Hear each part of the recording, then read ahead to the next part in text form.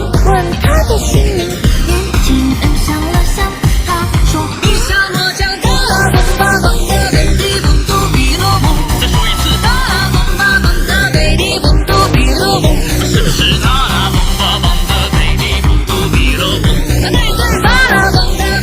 baby punto bilobo。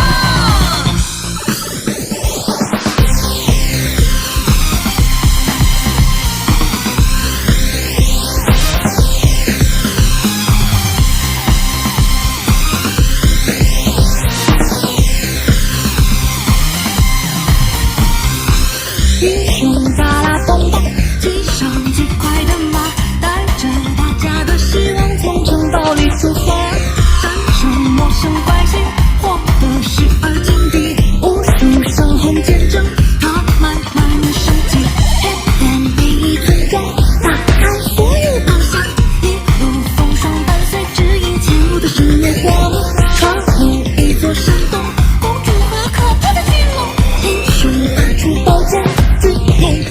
我是困苦不逃，把地方都死了，起来走，再来一次困苦